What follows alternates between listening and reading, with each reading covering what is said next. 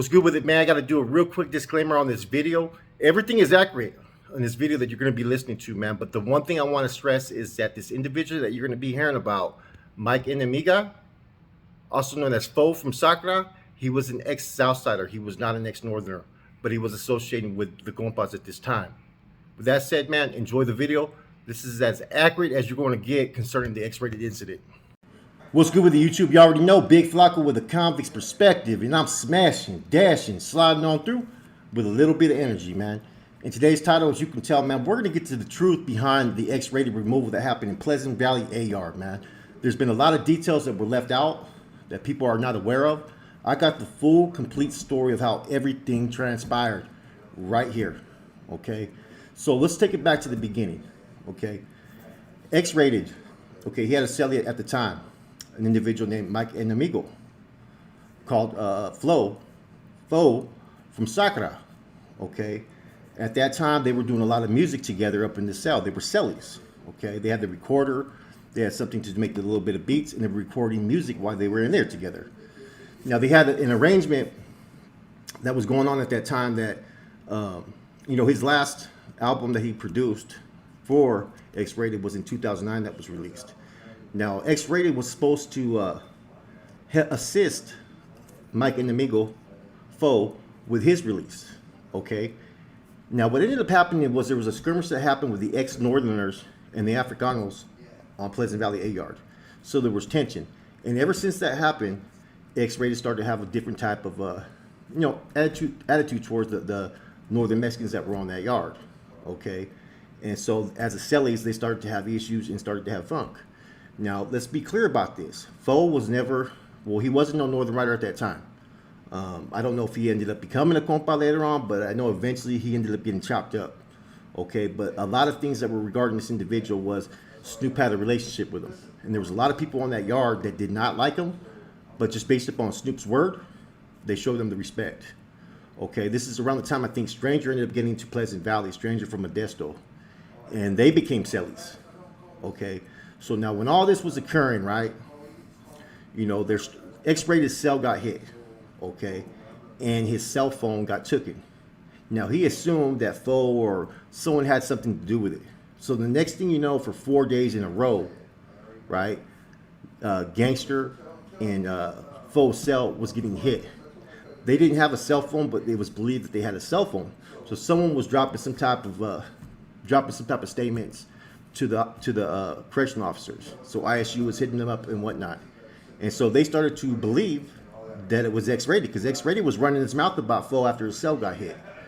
You know what I'm saying? So what occurred from there was this, man, is he tried to approach them in the day room. Gangster them said, Foe basically told them, man, step on back, man, like they were pissed off about something, you know what I mean? And they had a little standoff in the day room. X-rated started getting loud. What, you guys gonna jump me? Whoa, whoa, whoa. You know, from there it was diffused. It was no longer an issue. Okay. So a couple days later, man, I'd say 2 weeks before the incident occurred, I think, around that time frame, he approached X-rated and went to an individual named Big Nico, who'd been down for about 18 years, was well respected on the yard, was well known. And asked him that, man, if you can get this dude smacked, get him off the yard, I'll pay you guys a couple thousand. Now, Nico really didn't like this dude Foe.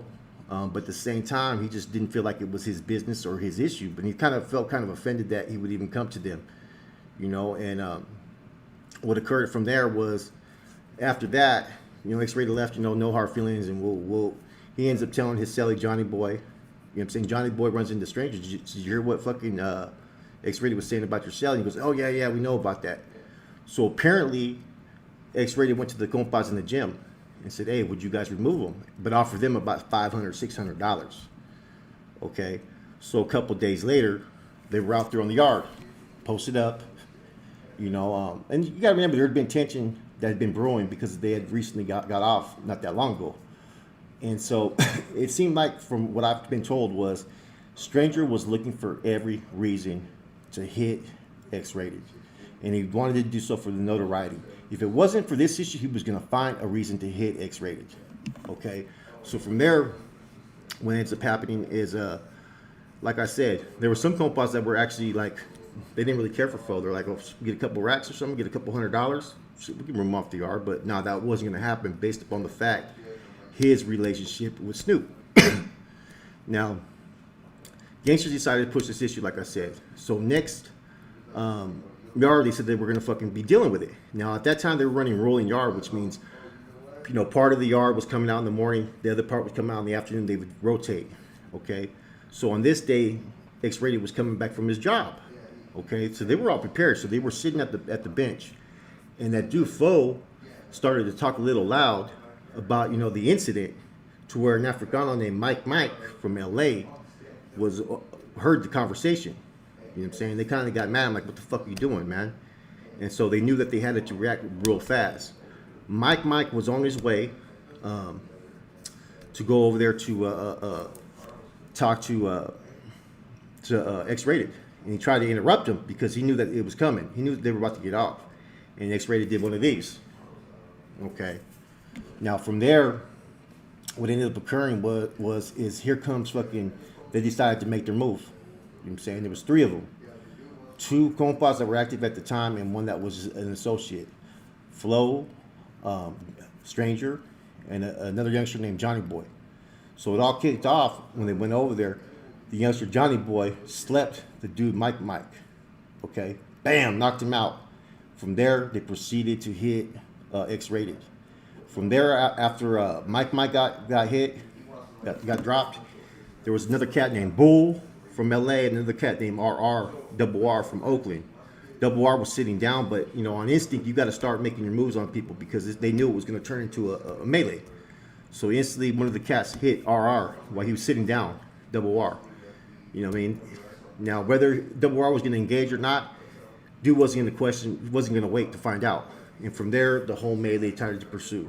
You know what I'm saying? X-Rated was stabbed and sliced approximately 9 times. He wasn't the only black inmate to get hit and stabbed or sliced up. There was a couple others as well. Okay. Now, while he was on the ground, they were trying to get him to put the cuffs on. You know, put his arms out. He said he couldn't. He's been stabbed. They stabbed me. And so he was already, you know, pretty much telling on them about that they stabbed him. So eventually, later on, they end up getting their 115s. They get sent to the SHU. I mean, they get sent to ADSEG. They were housed, I think, at first in Building 1, which was overflow, for like 4 days until they could maybe get their lockup orders and so forth. And so they wanted to investigate it, the 115 hearing, and instantly they seen statements that came from X-Rated. X-Rated admitted that named Fo and Stranger by their last names. And he's mentioned another individual named Johnny Boy that was in cell 204, which was Big Nico Selly at that time, as the ones that had rushed him and stabbed him. Okay. A couple of them got SHU terms. I think the one that got the most time was actually Johnny Boy, got 2 years in the SHU based upon it. The DA referrals were dropped 9 months later. But this is what this incident was about, man. It had nothing to do really with, like I said, the rioters or them disrespecting or whatnot. It had nothing to do with a promised deal. No, these two were cellies and they were making music together, right? And it was about him. Instead of him actually putting out X-Rated Presents, he was supposed to do that with Mike and Amiga's album. He decided just to put a call on, hey, check out on the radio, check out Mike and Amiga's album, as well as he offered to give him some money. He didn't live up to those expectations there, man. So those were the truth behind this whole issue. It wasn't no that they wanted him to push a CD, they wanted him to do this, they wanted him to do a track. No, they were sellers. They were already business partners. But X-Rated took it personal once the ex-Northerners and Blacks had got off on that yard. And then Stranger wanted to really extremely push the issue. But basically what got X-Rated moved on was that he offered them money to have him moved on. Knowing damn well that this individual had a good relationship with you know, the founder. Right? And that's how it all kicked off, man. You know, statements were made to ISU by X-Rated. Those are facts. Those are in the paperwork. You know, there was more people that got stabbed in the incident, but because of who X-Rated is, he gets all the notoriety. You know what I'm saying? Because it's a big deal, man. So there's been a lot of rumors circulating about who, what, where, when, why. What I just told you is exactly how it played out for the most part. You know, I think there was maybe on the main yard, not the gym, I think there was maybe 6 compas out there at that time that were coming out during that time. And the other compas did not really want to do it. But, you know what I mean, majority roles, if one of your peoples wants to rock and do it, you're going to back them up. And I know one decided to go back them up on this play. And all they asked was, if it gets out of hand, you guys better jump. So they knew doing that movida was going to basically kick off something. And Gangster claimed he did it for Araceli out of respect for Araceli. But it had nothing to do with that, man. It had to do with that he wanted fucking that recognition, man. Because he could care less. He just wanted a reason to stab X-Rated so he could be the one to sit there and say, hey, I stabbed X-Rated. Now, Gangster may have told on a lot. I mean, Stranger may have told on a lot of people, like I heard. But I heard the dude is a straight killer, you know, besides all that. You know, there's been different people who've dropped different stories, or you guys have heard, like, different theories. You know, this is an accurate account of what actually really did happen, man. You know what I'm saying? And this is what occurred. You know, it had nothing to do with any other issues. It had to do with, it was some tick for tack shit that happened at first that people were assuming. First of all, there was assumptions made that who was telling. First, X-Rated thought that Foe told, then fucking they thought that fucking X-Rated told. Who knows? He may have told on them. I don't know. But there was no proof to verify that. But it caused that tension.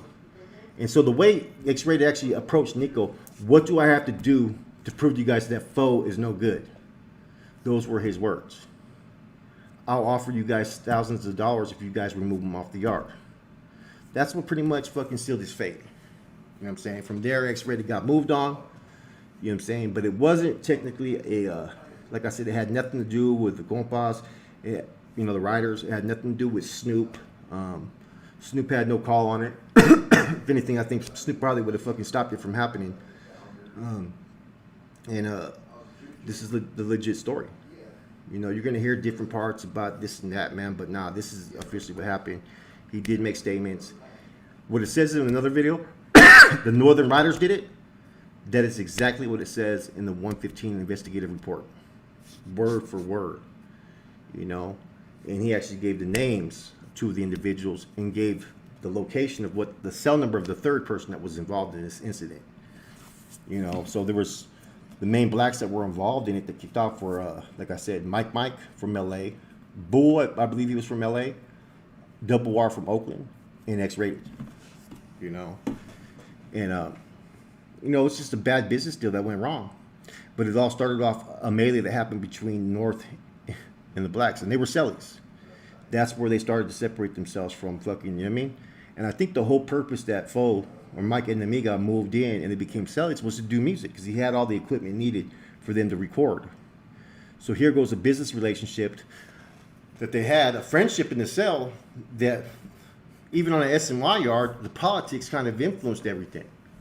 You know what I'm saying? To where action was took. You know what I'm saying? You know, and people are going to side with their group, their race, and whatnot. And this is exactly like I said, man. I'm pretty sure there's more intricate details, you know, for the most part. But this gives you a whole concise account that you guys can go off why this happened. You know, an agreement was made. It was reneged. Cells started to get hit. People were taking things personal. People were making assumptions that people told. People offered money to have someone removed.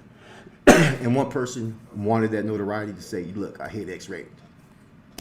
Anyways, man, this is a real quick spill, man. I hope you guys enjoyed it, man.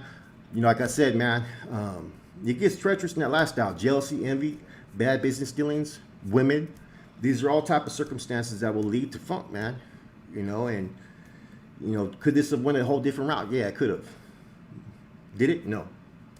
You know, so before you engage or involve yourself, especially in a prison, in any type of business dealings, man, you got to know the importance of living up to those expectations, number one. And number two, you never try to farm out another job to another race, because not only one, you're insulting that particular group, because why don't you go deal with your own fucking shit? Two, you think motherfucker could be bought.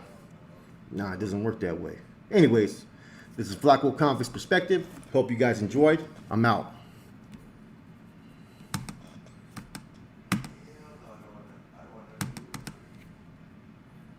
Main cause.